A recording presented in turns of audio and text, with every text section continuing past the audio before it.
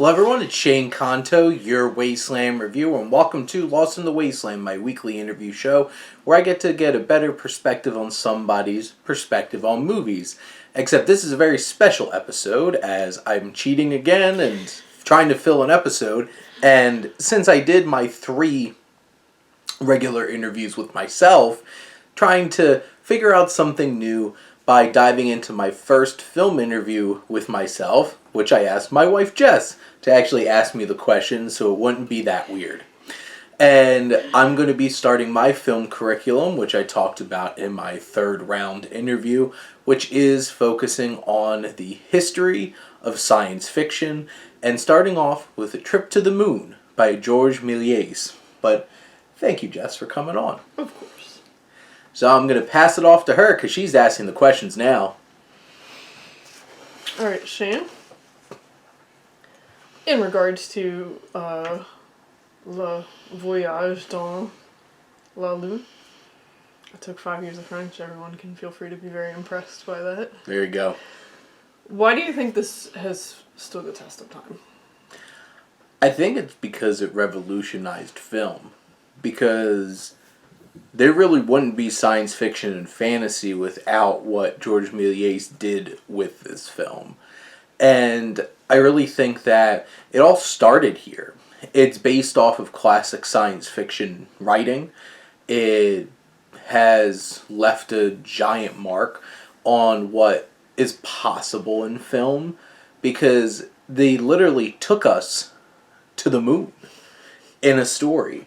And that's completely inconceivable at that point in the history of cinema.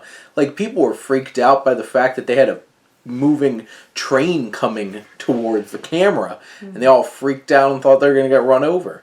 I can't even imagine what it was like to sit in a theater and watch this for 15 minutes for the first time and actually being transported. And I think it is the definition of what escapism in terms of cinema can be, which is taking you, whisking you away to somewhere, and you get completely lost in a different world. There would be no Avatar, which is very topical as we record this the weekend that Avatar, The Way of Water comes out. There wouldn't be something like that if it weren't for A Trip to the Moon. Legitimately wouldn't be. We wouldn't be dreaming of space travel on film if it wasn't for this film, and I think that's where it really comes down to. True. Well, I think of it as, like, we did live through the advent of CGI, like, although it looks... And even this movie, like, it was all practical effects and still very impressive. But, you know, Eiffel 65's blue, that was mind-blowing in the 90s. It was like, holy shit, they're blue aliens. That's crazy. And you watch it now and you think, wow. Yeah, it was real cool when I was a kid watching the climax of the Mighty Morphin Power Rangers movie. And then you see Ivan Ooze CGI giant monstrosity. Or you're watching Mortal Kombat Annihilation and see what Liu Kang and Shao Kahn turn into. And you're just like, wow. Mine were all music videos, like the Backstreet Boys music video for Everybody. It was really... I remember watching that on TV and it was like... mind blown, and I watched it and thought, wow. And then we got Davy Jones, and honestly, it hasn't gotten really much better than that. Like, it's really good. James Cameron could talk crap on Thanos all he wants and say that the Na'vi looks so much better than Thanos. It's just like, but do they? Well, look at Jurassic Park, too. I mean, CGI in that holds up pretty well. Yeah, and that was... in a smart way. 29 years ago. Yikes. Passage of time. So, somewhat related to that. Nice segue. I didn't plan that segue, but Shane did. He's a smart. What influences do you see on film, and specifically sci-fi and fantasy today, from Voyage to the Moon? Well, obviously, like I mentioned, something like Avatar wouldn't exist. Something like Interstellar wouldn't exist. The films that are most directly influenced are the ones where we as human beings look up to the stars and imagine something different, something better. And that's one of the biggest themes of Interstellar in the first place is it's like we could look up into the stars and See, our dreams are just bare head in the dirt. There you go, Matthew McConaughey.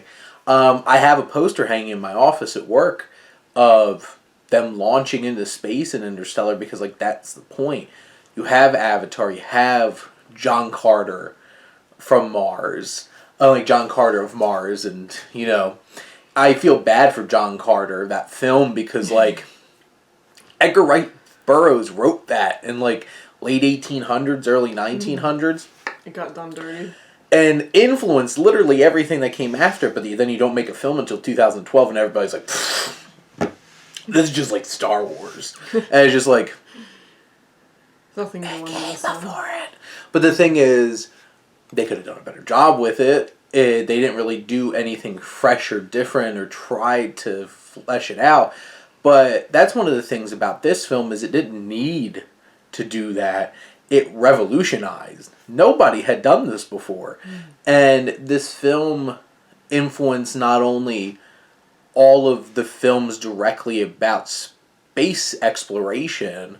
You know, we wouldn't have movies like Moonfall or Armageddon or Space Cowboys. Well, I think it was their best guess as to what was going on. Same as Interstellar. I mean, there's a little more science in Interstellar, but we realistically don't know for sure. It could be wrong, but scientists are pretty impressed by how they rendered a black hole in Interstellar. But here's the thing: nobody's been in a black hole, so it's your best guess. It's your best bet. And in the early 1900s, what did they have? They had telescopes, but that was and I'll get to what influenced this in a bit.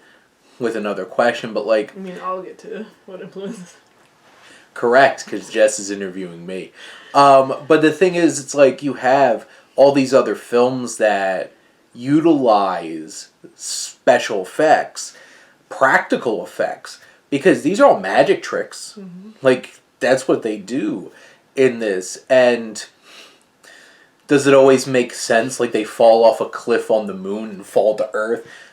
Gravity doesn't work that way. But here's the thing. They didn't know. Didn't know as well. And this revolutionized so many things when it comes to world building and production design and anything with, like... I'm, like, watching War of the Worlds, the Steven Spielberg version. People get... like blown up into nothing except like vaporized vapors of blood, and like that's basically what happens in this. They avoid having a bunch of gore and people dying by just like poof, gone. And you have different things like that, and it's hard not to think about the influence of the influence of the influence that push that all down. But there's very specific things that this film was able to do in terms of expanding our thoughts on exploration and how to do those kinds of things, and the special effects that we use today in film. Good answers. And really, you touched on this already, but how specifically did George Méliès change cinema? You know, if there's any other further thoughts besides world building and all that, or feel free to elaborate. It's really interesting because I need to get back into it, but because I put my Cinematic Wasteland podcast on hiatus. They just didn't have the time, honestly. And I was really enjoying it because you'd watch all these George Méliès films, and so many of them early on were just him doing a magic trick on film. And that was it. Because he was a magician. And Illusionist. And you have those kinds of things on screen, and it's just a couple of minutes, all centered around one illusion. But then this film, with like Edwin S. Porter and George Méliès started experimenting in their filmmaking with narratives. And this tells a very specific story. This story has conflict, it has resolution, and it has boop, boop, boop beats. And we get from one place to another and back to where we started. It has acts. Exactly, and that's how big of an influence Méliès was able to do in terms of narrative structure in film, because Trip to the Moon was one of the first full narrative experiences that you could have on film. And then, on top of that, what he was able to do with his experiences with illusions and how they literally used, like, performance magic to do special effects. And it's so important that he set the tone for so many different things that we see today in special effects and different films that wouldn't exist without him. And that's always the tricky thing. It's like somebody eventually would have come along. Yeah. But like, he had a vision. And it makes me so happy that the film Hugo exists. Because I feel like most people wouldn't know who George Méliès was without Martin Scorsese, basically the shepherd of film history, bringing that forward and us seeing what he was able to do in a little studio. What a delightful film. Love Hugo. Hugo's amazing. I didn't expect it. Shane knows the story, but one of my classes mandated that we see it, and I was kind of like, oh man, I gotta go to the movie theaters. I wasn't dating Shane at the time, obviously. It was really enjoyable. It's a really heartfelt film that's definitely a love letter to cinema and a love letter to what Méliès was able to do revolutionizing cinema. And so many of his work has been lost forever. They even touch on that. Mm-hmm. And like going through the early years of cinema, it's Porter and it's Méliès.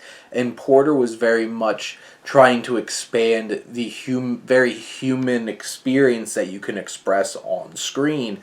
And Méliès was trying to expand the potential of genre. And there wouldn't be genre filmmaking if it weren't for George Méliès and what he was able to do with the costumes, the production design, and bringing all these different worlds to life. There's like these lizard people on the moon, and just like, do Martians look that way? Do moon people exist? We don't know. How many times have we been to the moon? It's not a small place, and it's just like, are they lizard people? We don't know, but we watch this movie and we get lost in it, and it's just like, there could be. You can't disprove it. Can't disprove it. Bread goes in, toast comes out. You can't explain that. Except you can. You can't explain that. You can't explain that. What are the strongest aspects of this film for you? So, like, narratively, it does have a narrative. It's very simple, though. And that's all it needs to be. Mm-hmm. But what it brings is the effects, the production design, the costume design.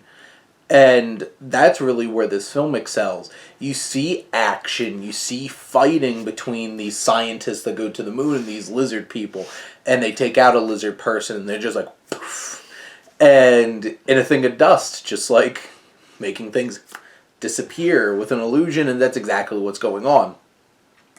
I just love, the most iconic shot in this film. Probably the most iconic shot in the first couple of decades of cinema, along with the gunman shooting right at the screen at the end of the Great Train Robbery, which, Martin Scorsese has obviously watched these movies because Tommy DeVito does that at the end of Goodfellas too. Between those two things, these are the most iconic shots, is the man in the moon. And just that face and like the ship shooting into his eye and just like, and having that imagery, those practical effects, that makeup, that costume design, all of that makes this come to life. And you're just sitting there looking at the mats behind them of all the paintings of like what the moon looks like behind them. And human beings wouldn't go to the moon for 60 more years. So it's like, they're really experimenting with, oh my god, what does this look like? And for us, we don't know that it's a giant rock with a bunch of craters in it and stuff like that. It's like, we see this, and it's fascinating, it's crazy to watch, and to just get lost in it. So I think those technical aspects are what really stand out, because like, there's no characterization. There's very minimal narrative. It's the experience. And that's what they can sell you in 15 minutes. What was this film influenced by? Or who? I think this is this is one of those kinds of things like Nosferatu very obviously just ripped off Dracula and didn't give credit and then got sued later. This is obviously influenced by Jules Verne. Yeah. And growing up, I read so much Jules Verne as a kid. Jules Verne was one of my favorite authors growing up as a kid. Obviously, I haven't read anything that he's written in a long time, but I read 20,000 Leagues Under the Sea, which was one of my favorite books. I read so many of his stories, and he had this trip to the moon story. And it's very obvious that Méliès was a fan of Jules Verne, and Jules Verne revolutionized science fiction, his steampunk aesthetic with things, and seeing a futurism that was believable and captured the imagination of readers in the 1800s. Mm-hmm. Like, they talk about Jules Verne in the third Back to the Future movie. Yeah. And Doc Brown being like, I read it as a kid. And it's just like, but he just started putting novels out like last year. It's just like, oh, it made me feel like a kid. And moments like that, it's just like you see that. And Jules Verne obviously influenced a lot of different people. And one of the Disney's biggest live action films from the mid 20th century was 20,000 Leagues Under the Sea. Had Kirk Douglas right there at the front of it. And this film very obviously has Jules Verne written all over, and I think Georges Méliès really captured that energy. Because Jules Verne was French, right? I believe so. Because, he even had, the Eiffel Tower. In one of his books, it's just what's this? Yeah. And it's two Frenchmen really revolutionized science fiction. Mm-hmm. Makes sense. What influences did this movie have on other films? I know I definitely hit on this a lot earlier. I think some of the specific influences, something as obscure references The Adventures of Baron Munchausen with the King of the Moon, and for how much of that sequence in the film, Robin Williams is headless, his head is detached, floating around. Obviously, that was influenced by it. I think it would be too obvious to say that Hugo was influenced by this, because the whole entire film is a love letter to Georges Méliès. But you see those kinds of things. Anything with the Man in the Moon, that kind of imagery that pops up. It's in Moulin Rouge. When you watch that film, they show the Man in the Moon. It's Méliès. Obviously, that film's supposed to be in France. It's supposed to be in Paris. So there's a lot of very direct influences and references into the film. And that's how crazy this film can permeate into culture, where it's I just gave an example of this being in some random reality twisting fantasy film from the 1980s.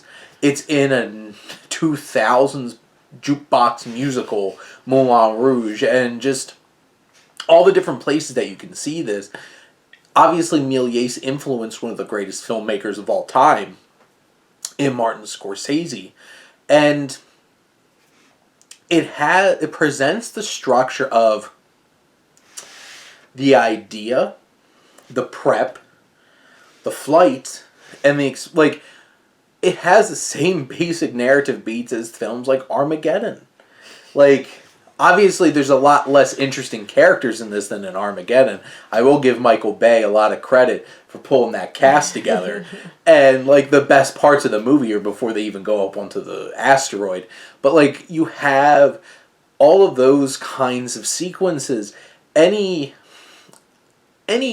film that has a room full of a bunch of scientists arguing over how we're going to do this impossible thing, you see that scene at the beginning of this with those very obvious and very accurate-looking scientists with all their pointy hats and giant beards just arguing. A little wizardy. Yeah, all these wizards arguing in a lecture hall. Like, you have those moments. You see those scenes in film, and it's very hard not to... It's hard watching so many films like I do to not see the derivative nature of art, because everything's influenced by everything. Well, we're geared to notice patterns. It's just how our brains work. I teach math. I know. And I don't, but it's fun. But when it really comes down to it, even all those little things, besides the very obvious Interstellar, Avatar, anything that's taking us to another world, there's so many very specific influences that we see filmmakers just sprinkling in throughout their films because it's that big into pop culture. Very good. Why do you think this is one of... And we've already touched on this. I think all these questions are very interrelated, which is great. As you would want them to be. Why is this still one of the greatest films of all time? Because it can still take you away. To the moon, specifically. Specifically Only to the moon. We don't go anywhere else. No, just it's the voyage to the moon. Do not think outside the box. Oh, I want to touch on Ray Punk too, by the way. That's like got steampunk, solar punk. I feel like this film, it's only 15 minutes. It's not a big investment. Yeah, it's silent. Yeah, it's black and white. Doesn't have a whole lot of character. It has a very basic narrative. But you could sit and watch this and still be amazed by how they did it. You can sit and watch Avatar, The Way of Water, and just be shocked at how James Cameron made this whole entire world exist.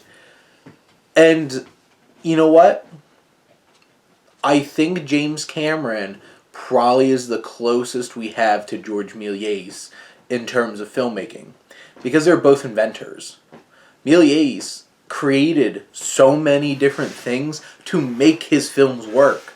He had to come up with ways to make people disappear. How to get that shot. How do you have a person's face all made up to look like the moon and then stab it with a spaceship at some point, shot out of a cannon? And James Cameron is the one today revolutionizing how you make film, because if he has an idea and there's not technology to do it, he makes it.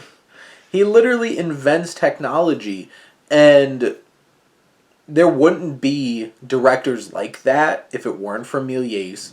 There wouldn't be films that try to take us to different worlds and get us lost in if it wasn't for the trip to the moon. And this film still holds up because I can sit there and think about how the hell did they make this all work? How did they make this work in the early 19 single digits? Like, this isn't the 19 teens, this isn't the 1920s.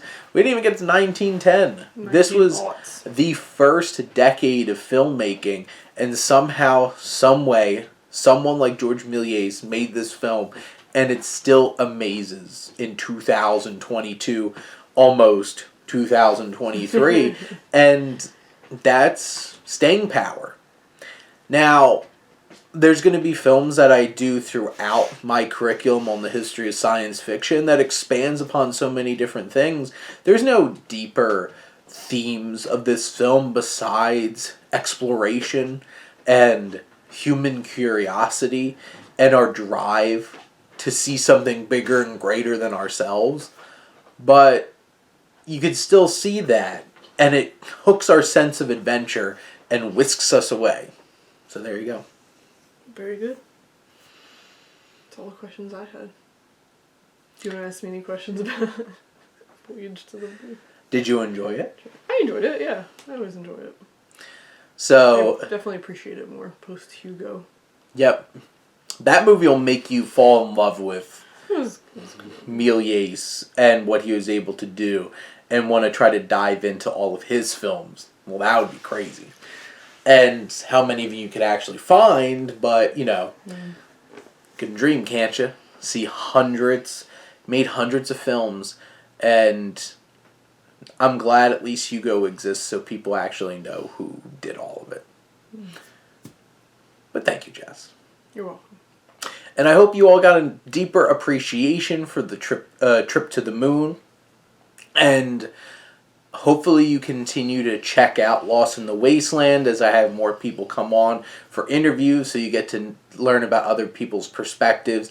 And as I expand upon doing some more of these film interviews, I know I will be having Rowan, frequent collaborator Rowan, coming on and doing his first film interview to start his journey on the history of the silent era of film, as we do The Kid from Charlie Chaplin, and my buddy Robert from SiftPop will be coming on and starting his very deeply thematic and philosophical journey by starting with Swiss Army Man. So look forward to those, and we'll be having some other interviews coming up.